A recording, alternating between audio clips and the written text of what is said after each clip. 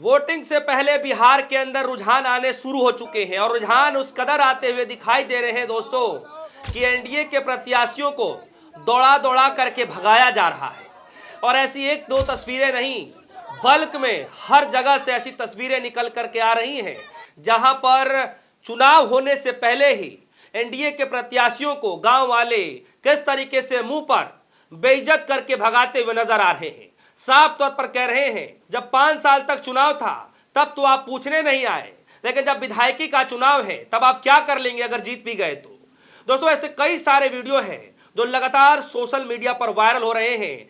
मैं आपको बता दूं कि सोशल मीडिया प्लेटफॉर्म पर किस तरीके से दूसरे तरफ इलेक्ट्रॉनिक मीडिया ये हाइप क्रिएट किया जा रहा था कि एनडीए के अंदर जो प्रत्याशी बीजेपी ने उतारा है, जो एनडीए ने अपने उम्मीदवार उतारे हैं, बहुत सोच-बूझ के साथ उतारा है और एक तरफा चुनाव भारतीय जनता पार्टी एनडीए जीत जाएगा। ऐसे ऐसे उम्मीदवार उतारे हैं कि कोई काट ही नहीं है। लेकिन दोस्तों सच्चाई जो जनता के सामने मीडिया के द्वारा जो परोसी जा रही है, धरातल पर सच्चाई एकदम विपरीत है।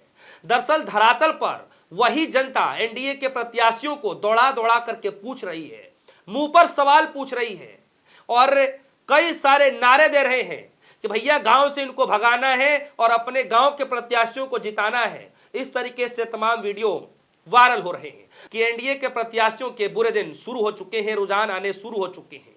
लेकिन इससे पहले मैं आपको बता दूं कि महागठबंधन की तरफ से तेजस्वी यादव को सीएम का चेहरा घोषित कर दिया गया है और दूसरे तरफ उप मुख्यमंत्री मुकेश सहनी साहब को दे दिया गया है। अब इस बात को लेकर के लगातार लहर है, महागठबंधन की तरफ लहर है दोस्तों। और सबसे बड़ी खबर है दोस्तों कि इस खबर के आने के बाद यह सवाल पूछ लिया गया कि महागठबंधन ने तो उप मुख्यमंत्री और मुख्यमंत्री के चेहरे का ऐलान कर दिया, एनडीए अभी तक चुप क्यों है। खैर इस पर आगे आएंगे। सबसे पहले आप ये खबर देखिए, खबर है जी न्यूज की तरफ से।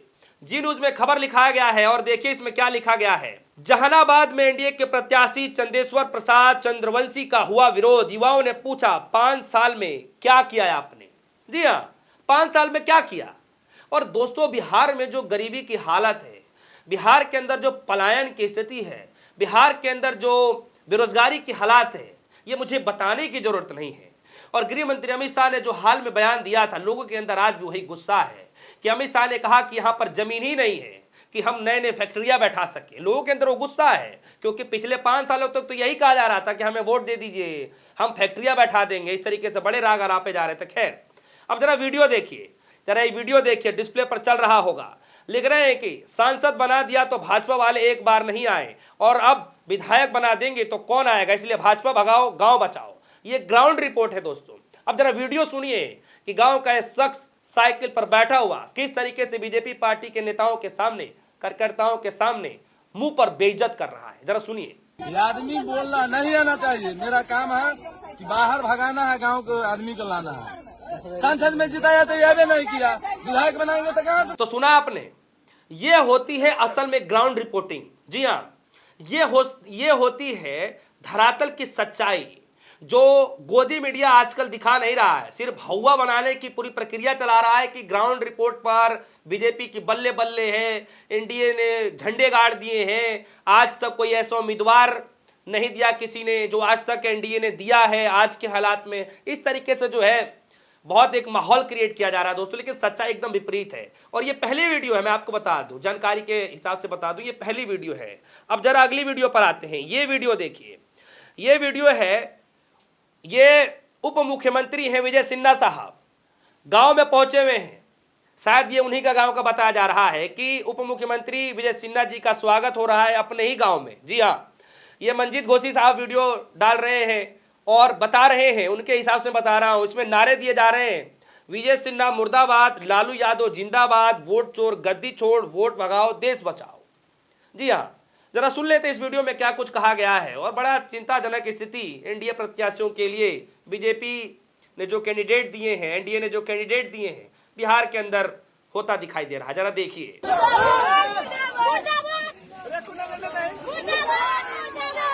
ये असल में हालात हैं जो धरातल पर जनता गुस्से में है और बड़ी मीडिया, इलेक्ट्रॉनिक मीडिया में, गोदी मीडिया द्वारा ऐसी वीडियो, ऐसी खबरें नहीं दिखाई जाती किस तरीके से विरोध प्रदर्शन किया जाता है।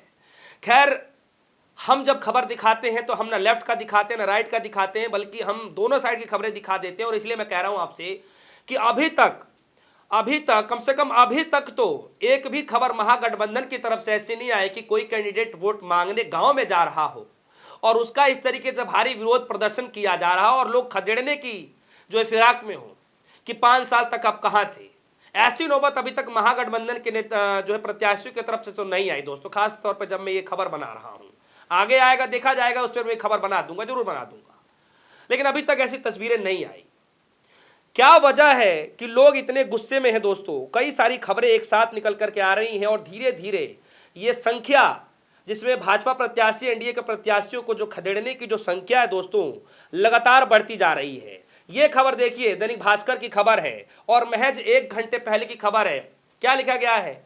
गया जी के वजीरगंज से बीजेपी प्रत्याशी का विरोध, ग्रामीणों ने वीरेंद्र सिंह का घेरा, 5 साल के विकास कार्यों का हिसाब मांगा, वापस लौटना पड़ा। कितना गंभीर मसला है कि देश के प्रधानमंत्री मोदी जी जाते हैं, देश के गृह मंत्री अमित शाह जी जाते हैं, कहते हैं कि भैया दूर दूर तक कोई दिखाई नहीं दे रहा है और किस तरीके से माहौल बनाया जाता है। लेकिन धरातल पर एक नहीं, 2 नहीं, 3 ऐसी वीडियोस में आपके सामने दिखा रहा हूं, मैं खबरें दिखा रहा हूं जहां पर भारी विरोध प्रदर्शन गांव के जो लोग हैं, ग्रामीण के जो लोग हैं, वो बीजेपी नेताओं को वापस भगा रहे हैं, खदेड़ रहे हैं, मुंह पर जो है बोल रहे हैं कि आपको भगाओ यहां से, जाने दो यहां से, क्या करने आए आप यहां पर, इस तरीके से बोल रहे हैं दोस्तों। और हाइप गोदी मीडिया में अलग तरीके से क्रिएट किया जाता है। दोस्तों मैं आपको बता दूं कि बहुत जल्द छठ पूजा आने वाला है और छठ पूजा बिहार के अंदर क्या मान्यता है ये मुझे बताने की जरूरत नहीं है। बहुत बड़ा त्यौहार होता है, पूरे देश में मनाया जाता है। और दोस्तों बिहार में चुनाव होने जा रहा है और आप देखिएगा, जहां तक मैं समझ पा रहा हूं कि बिहार के अंदर छठ पूजा के उपलक्ष्य में तमाम एनडीए के प्रत्याशी जाएंगे, घर घर जाएंगे, गांव गांव जाएंगे, बधाइयां देंगे, शुभकामनाएं देंगे। लेकिन जहां तक मैं समझ पा रहा हूं अगर यही हालात रहे दोस्तों, तो आप देखिएगा कि ये विरोधों की जो संख्या है, जो लोगों का गुस्सा है, जिस कदर इस वक्त दिखाई दे रहा है, 1 नहीं 2 नहीं बल्कि 3 तरीके से जो खबरें आ रही हैं, वो भी महागठबंधन के सीएम फेस का ऐलान होने के बाद।